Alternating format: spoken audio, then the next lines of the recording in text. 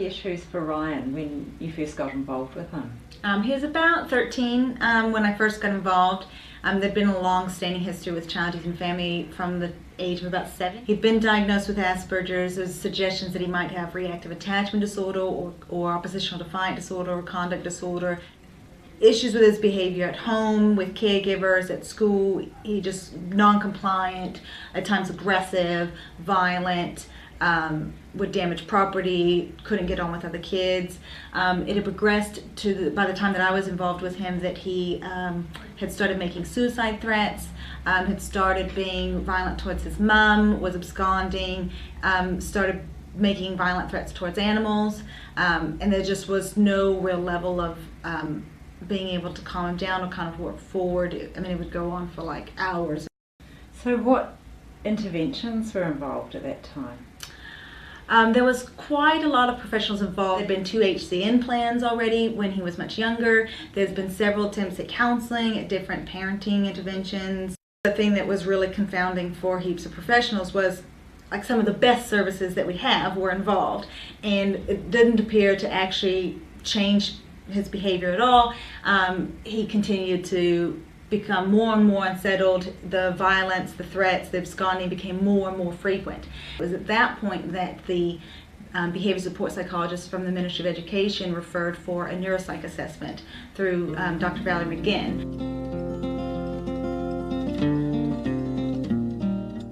Yeah, when I first met Ryan, he was 14. It was at the Child, Youth and Family office, and he was really so out of control that they couldn't manage him anywhere, and that's why he was in the office, because he had to be looked after, and he was raging around, and he was really agitated and unhappy. And I went into a little room with him and sat down on the floor and started playing with toys, because I could see immediately that although he was 14, developmentally he was 8 or 9. And he calmed down and he started to talk to me, and it was really evident that he had fetal alcohol spectrum disorder, because he has got the face of FAS, and also his level of understanding was quite low and he was very immature. And I said to him, "Gosh, you must be missing your mum," and he went immediately from being really angry to just crying and being really upset. And it sort of was immediately evident to me that he was a boy with FASD who needed to be managed differently.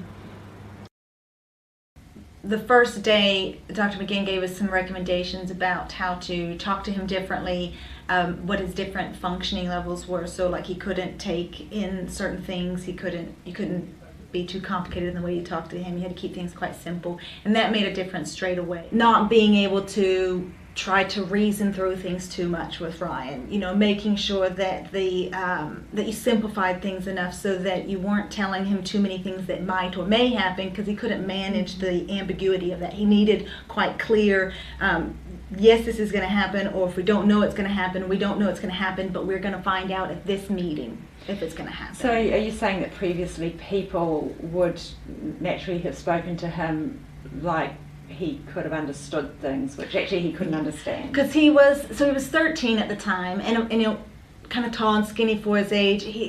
Even though he has an intellectual disability, his vocabulary is quite good, and so I think everybody does this when a child's taller than their age or something. You just sort of assume that their reasoning is what they look like. So he looked like a 13-year-old boy. You kind of expect that you can reason through that with him in some way, but I think his functioning is about a 7-year-old, and so you just really, and even the way you talk to a normal 7-year-old, there's things that a normal 7-year-old might be able to manage, like some kind of, we don't know about that yet, stuff that even for him he couldn't. He really just needed the adults to manage those things for him, and what you told him had to be whatever you said it was going to be, because he just gets stuck on that, and it has to be that way. I think the thing with children with FASD is they've got a brain disability. They can't take all the stress and strain of normal life, and so they need to be treated much younger than their chronological age. They need a lot of support and help with things, and they need to be well managed across their whole day. So that's at home, at school, during the weekends. They need a lot of supervision. And if anything goes wrong in any stage of the day, then you will have emotional and behavioural problems. And over time, when they're well managed, they get much more resilient and they can take more strain. But when I first met Ryan, he was really at breaking point. He just couldn't manage, he couldn't cope, and it looked like he was being really naughty, but he wasn't being really naughty, he just was a very stressed child.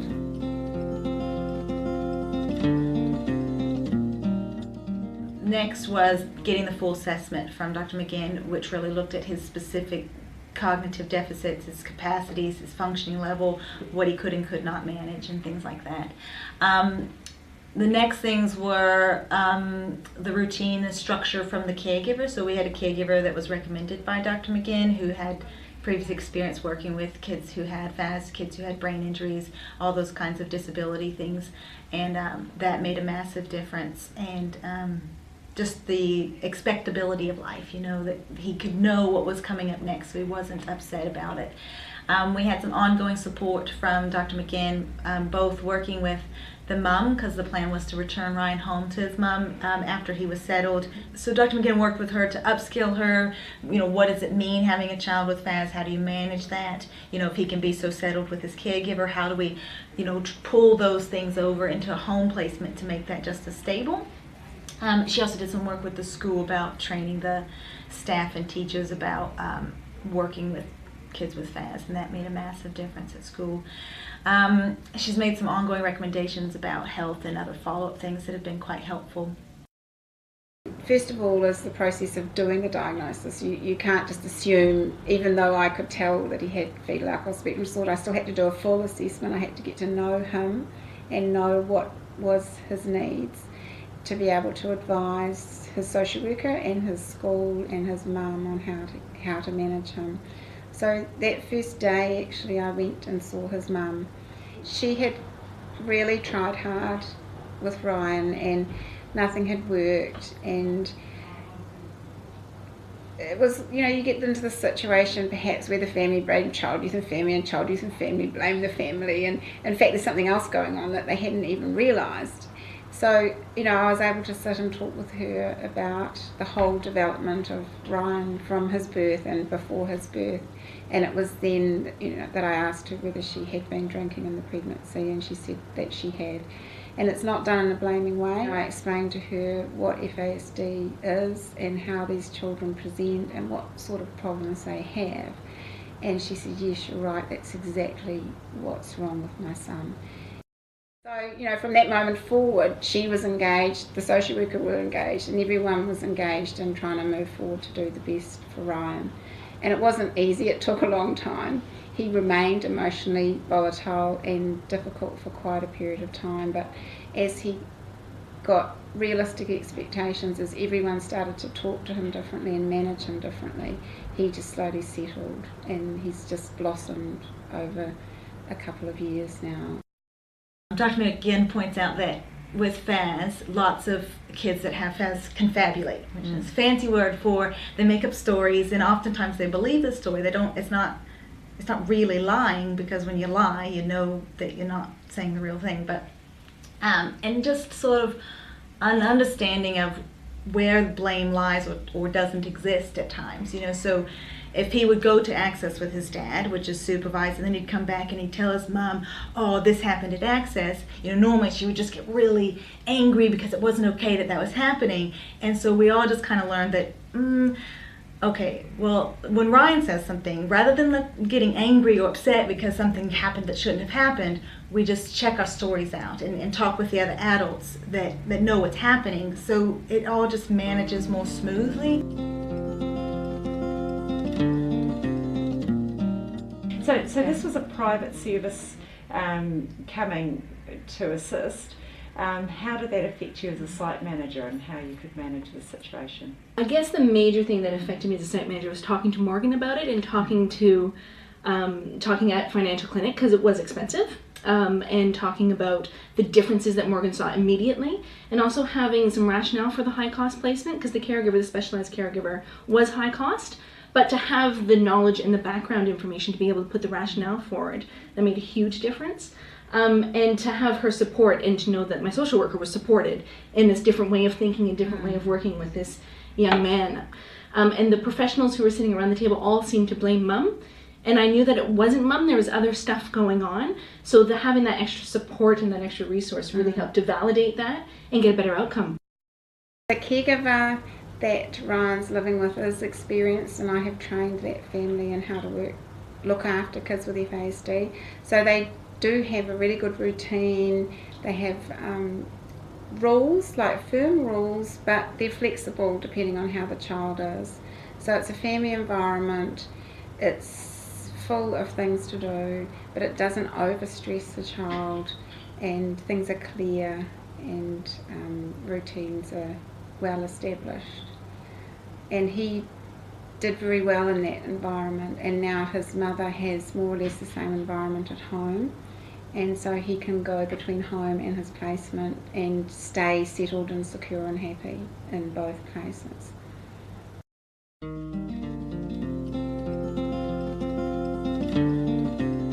Were there any other key things that made a difference?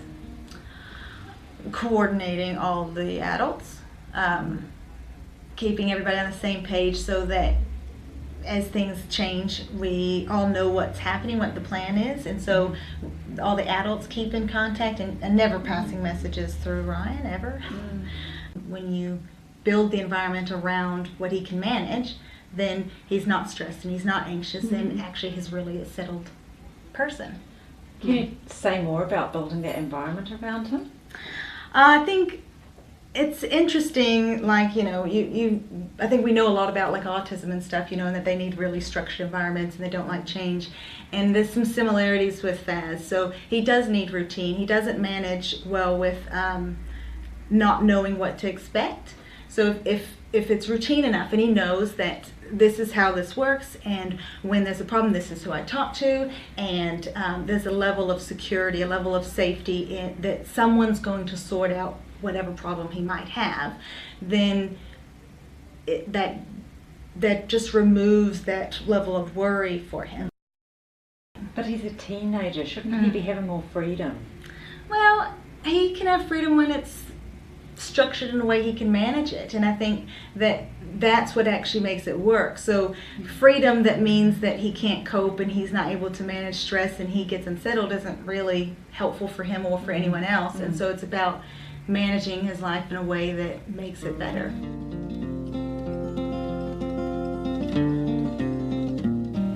And so after all of this, he's going back to mum.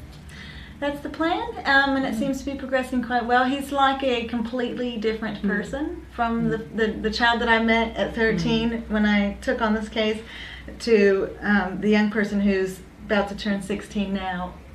Like a different person. He's completely calm, he's super settled, he's really chirpy and happy, he's not moody. He's attending school. He's attending school, asking to go more days because he was only attending 4 days. Now he wants to go the 5th day, so he is. He's got plans going forward. He's been informed about his diagnosis with the help of Dr. McGinn, and he's been able to take that on board, and he understands that that's going to mean some different limitations for him, some different plans as an adult, but he's just able to go with that, and he's able to manage so much more than he could before.